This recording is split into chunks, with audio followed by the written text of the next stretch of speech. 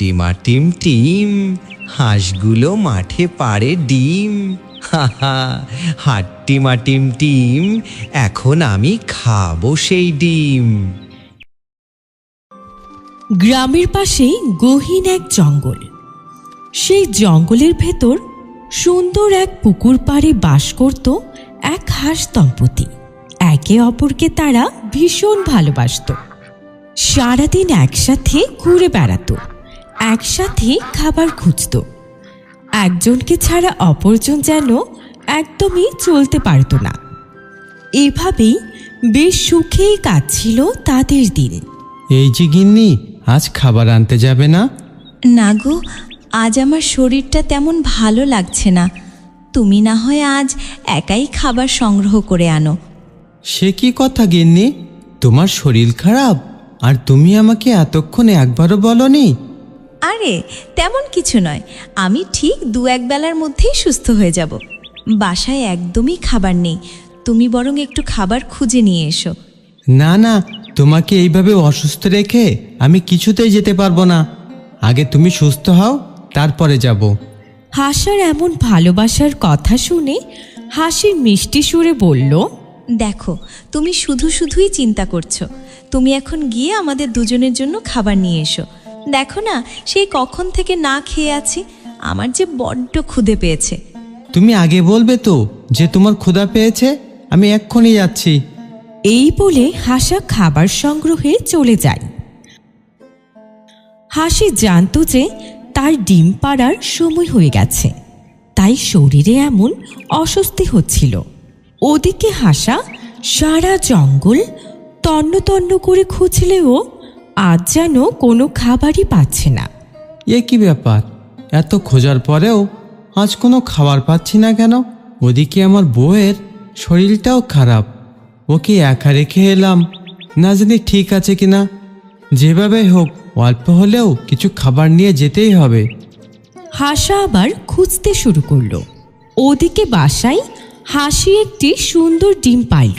হাসার জন্য সে অধীর আগ্রহে অপেক্ষা করতে লাগলো। কিছুক্ষণ পর হাসা ঠোঁটে করে খাবার নিয়ে ফিরল। ওগো শুনছো, তোমার জন্য দারুণ একটা খুশির খবর আছে। কি খবর গিন্নি? আমি না আজ একটি ডিম পেড়েছি। আমরা খুব শিগগিরই মা বাবা হতে চলেছি। বাহ, এ তো অনেক বড় খুশির সংবাদ। আমি বাবা হব আর তুমি মা হবা, এটা ভাবতেই তো আমার অনেক আনন্দ হচ্ছে। এভাবেই পরপর 3 দিনে হাসি 3টি ডিম পারল। ওগো, আমার যে কি আনন্দ হচ্ছে! দেখো, আমাদের সুন্দর সুন্দর ছানা হবে। তুমি ঠিকই বলেছ, আমাদের ছানাগুলো অনেক সুন্দর হবে, ঠিক যেন তোমার মতো। তুমি তাহলে ডিমগুলোতে সুন্দরভাবে তা দাও, আমি তোমার জন্য খাবার খুঁজে নিয়ে আসি। এ কথা বলে হাসা চলে যায় খাবার খুঁজতে। বেশ কিছুক্ষণ পর হাসা তার হাসির জন্য খাবার নিয়ে চলে আসে। গিন্নি দেখো, তোমার জন্য আজ আমি মজার মাছ ধরে নিয়ে এসেছি। এ আমি কি দেখছি? এই যে দেখছি সত্যি খুব মজার মাছ, আমার অনেক প্রিয় এই মাছ। হাসি পরম মমতায় ডিমে তা দিত, আর হাসা প্রতিদিন নতুন নতুন খাবার সংগ্রহ করে আনত। বেশ কিছুদিন পর ডিম ফুটে বের হলো ফুটফুটে সুন্দর 3টি ছানা। ওগো দেখো, আমাদের ডিমগুলো ফুটে কত সুন্দর সুন্দর ছানা বেরিয়েছে। দেখো, ছানাগুলো ঠিক তোমার মতোই হয়েছে। আমার যে কি আনন্দ হচ্ছে! এবার যাও তো, আমাদের সোনামণিদের জন্য কিছু মজার মাছ ধরে নিয়ে এসো। আচ্ছা, আমি এক্ষুনি যাচ্ছি। হাসা ফিরে এসে ছানাদের সামনে খাবার রাখল। এই ছানারা, দেখো তোমাদের বাবা তোমাদের জন্য কত সুন্দর সুন্দর মাছ ধরে নিয়ে এসেছে, তোমরা এগুলো খেয়ে নাও। ছানারা কিচির মিচির করে আনন্দে সেই মাছ খেতে লাগলো। এভাবেই ছানাদের নিয়ে তাদের সুখের সংসার জমে উঠল। হঠাৎ একদিন এক দুষ্টু পাজি শিয়াল হাঁসদের বাড়ির পাশ দিয়ে গান গাইতে গাইতে যাচ্ছিল। হাট্টিমা টিম টিম, হাঁসগুলো মাঠে পাড়ে ডিম। হাহা, হাট্টিমা টিম টিম, এখন আমি খাবো সেই ডিম। এমন সময় হঠাৎ শিয়ালের কানে এলো হাঁসছানাদের কিচিরমিচির শব্দ। বাহ, আশেপাশে কোথাও মনে হচ্ছে কচি হাঁসের ছানা আছে।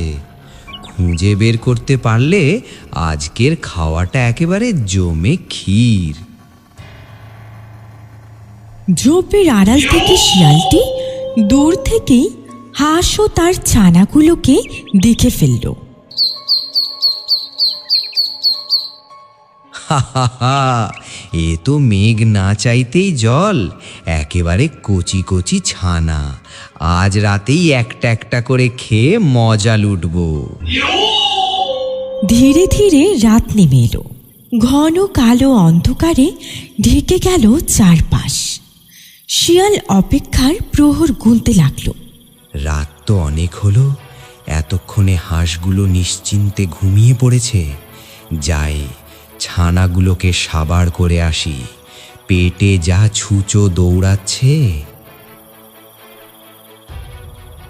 চুপি চুপি গিয়ে শিয়ালটি ঘুমন্ত অবস্থায় একটি ছানাকে ধরে নিয়ে গেল। ওগো, আমার একটা ছানাকে কে যেন নিয়ে গেছে, তুমি ওকে এনে দাও। কেঁদো না গো গিন্নি, মনে হচ্ছে জঙ্গলে কোনো হিংস্র প্রাণী এই কাজ করেছে। তুমি আমাদের বাকি বাচ্চাদেরকে সাবধানে রেখো। কিন্তু কয়েকদিন পর এক রাতে শিয়ালটি আবারও এসে আরেকটি ছানাকে ধরে নিয়ে গেল। হ্যাঁ গো, আমার আরেকটি ছানাকেও আজকেও কেউ ধরে নিয়ে গেছে। এমন চলতে থাকলে তো একসময় আমরাও মারা যাব। তার থেকে চলো আমরা এই জঙ্গল ছেড়ে চলে যাই। এ কেমন কথা? ভয়ে পালালে চলবে?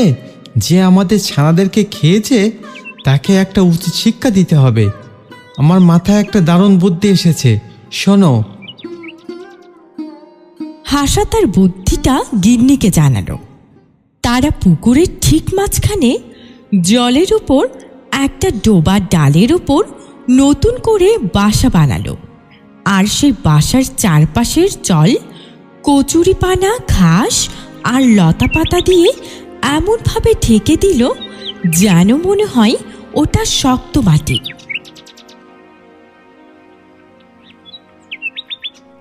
সেদিন রাতে দুষ্টু শিয়াল আবারও এলো শেষ ছানাটিকে খেতে, কিন্তু অন্ধকারে সে লতা পাতার ফাঁকটা খেয়ালই করল না।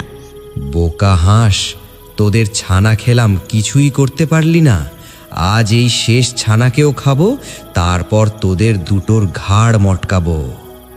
এই বলে শিয়াল যেই না লাফিয়ে ছানা ধরতে সামনে লতা পাতায় পা রেখেছে, অমনি ঝুপ্পাস সব সরে গেল আর শিয়াল সোজা পড়ল পুকুরের গভীর জলে। গ্লু গ্লু, এ কি হলো রে? কে আছিস? বাঁচা, আমি যে ডুবে গেলাম রে। শিয়ালের চিল্লাচিল্লি শুনে হাসাহাসির ঘুম ভেঙে গেল। তারা দেখে শিয়াল পুকুরের মধ্যে হাবুডুবু খাচ্ছে। ও আচ্ছা, বেয়াদব শিয়াল, তুই তাহলে আমার ছানাদের খেয়েছিস। এখন তোকে কে বাঁচাবে? তুই এই পুকুরেই ডুবে মর। আমায় ক্ষমা করে দাও, আমি আর কোনোদিন এমন করব না, বাঁচাও। শিয়াল নিজেকে বাঁচানোর জন্য অনেক চিৎকার করল, কিন্তু কেউ তাকে বাঁচাতে এলো না। একসময় হাবুডুবু খেতে খেতে দুষ্টু শিয়ালটি জলেই ডুবে গেল। আর হাসাহাসি তাদের শেষ ছানাটিকে নিয়ে আবারও সুখে শান্তিতে বসবাস করতে লাগলো। তো বন্ধুরা, আমাদের গল্পটি তোমাদের ভালো লাগলে ভিডিওতে একটি লাইক দিও কিন্তু। আর কমেন্ট করে জানিও গল্পটা তোমাদের কেমন লাগলো। এমন সব নিত্য নতুন মজার কার্টুন পেতে আমাদের চ্যানেলটি এখনই সাবস্ক্রাইব করে পাশে থাকা বেল আইকনটি বাজিয়ে রাখো। দেখা হবে আবারও পরবর্তী অন্য কোনো গল্প নিয়ে। সবাইকে অনেক ধন্যবাদ।